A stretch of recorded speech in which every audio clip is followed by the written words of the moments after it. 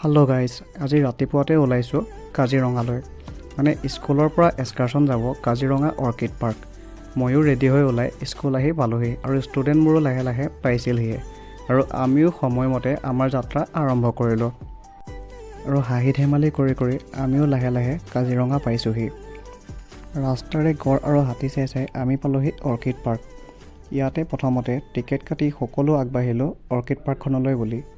Orchid পাৰ্কখনত সকলো line লৈ সোমাই গ'লোঁ আৰু সোমাই গৈ সকলোৱে অৰ্কিডসমূহ চোৱা ষ্টাৰ্ট কৰিলোঁ। ইয়াতে চাৰিওফালে বহুতো গছ গছনি আছিলে আৰু প্ৰায়খিনি অৰ্কিডেই আছিলে। তাত থকা গাইড কৰা দাদা বাইদেউ কেইজনৰ দাদা এজনে আমাৰ লগত সকলোবিলাক প্লাণ্টছ দেখুৱাবলৈ ষ্টাৰ্ট কৰিলে আৰু ময়ো অৰ্কিডসমূহ আৰু প্লাণ্টছসমূহ ফটো আৰু ভিডিঅ' কৰিলোঁ। ইয়াতে কেইপাহমান অৰ্কিড আপোনালোকক দেখুৱাবলৈ চেষ্টা কৰিলোঁ, মানে গোটেইকেইখন ফটো দিলে ভিডিঅ'টো বহুত বেছি দীঘল হৈ যাব।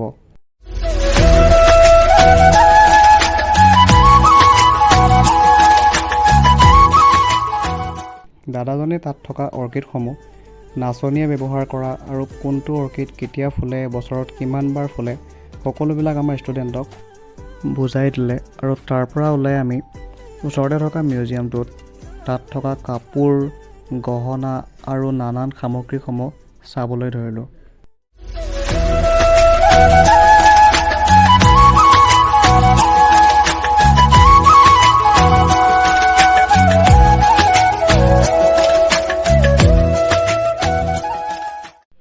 তাৰ পৰা ওলাই আমি কেইজনমান গ'লোঁ বুটিং কৰিবলৈ আৰু নাৱত উঠাৰ আনন্দ লৈ আমি চাব গ'লোঁ 100 এবিধ শাকৰ বাগিচালৈ। আমি যে বিহুত খাওঁ 100 এবিধ শাকৰ আঞ্জা, সেই সকলোবিলাক শাকৰ নাম আৰু শাকবোৰ কেনেকুৱা হয় এই বাগিচাখনতে তেখেতলোকে ৰাখিছে। আৰু শাকৰ বাগিচাৰ পৰা ওলাই আমি ওচৰতে আন এটা মিউজিয়াম আছিল, তাতো গৈ পেলাই আমি চাবলৈ ধৰিলোঁ।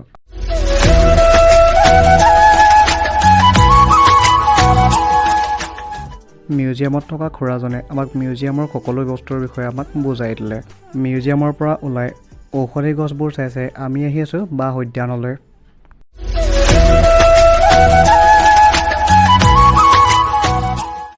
আমি সকলোবোৰ শাৰী পাতি বাঁহ উদ্যানৰ মাজলৈ সোমাই গ'লোঁ আৰু তাতে বহুত প্ৰকাৰৰ বাঁহ আছিল। তাৰে কেইজোপামান বাঁহৰ নাম আৰু ভিডিঅ' ল'বলৈ চেষ্টা কৰিলোঁ। তাতে থকা খুৰাজনে বাঁহসমূহৰ বিষয়ে আমাক অলপমান তথ্য জনালে। আৰু এতিয়া তাৰ পৰা ওলাই আহি আছোঁ খাবৰ বাবে। খাই কৰি আমি সোমালোঁ মাটিৰে বনোৱা বস্তুৰ দোকান এখনলৈ আৰু তেওঁলোকে নিজেই বস্তুবিলাক বনায় আৰু বিক্ৰীও কৰে। তাত থকা দাদাজনৰ পৰা বস্তুসমূহনো কেনেকুৱা মাটিৰে বনায় আৰু মাটিসমূহ ক'ৰ পৰা আনে আৰু তাৰ দামসমূহ সকলোবিলাক দাদাজনে আমাক জনাই দিলে। তাৰপাছত পাৰ্কখন দেখি ল'ৰা ছোৱালীবোৰৰ ফূৰ্তি সীমাই নাইকিয়া হ'ল। সিহঁতে ধুমাধুম খেলাতহে লাগি গ'ল আৰু ইফালে খেলি থাকোঁতেই আবেলিও হৈ গ'ল আৰু লাহে লাহে আমাৰ ঘৰমুৱা হোৱাৰো সময় হৈ পৰিল আৰু আমি সকলো ওলালোঁ গাড়ী লৈ বুলি। আকৌ এবাৰ নাচ গান হাঁহি ধেমালিৰে আমি উভতিলোঁ ঘৰলৈ।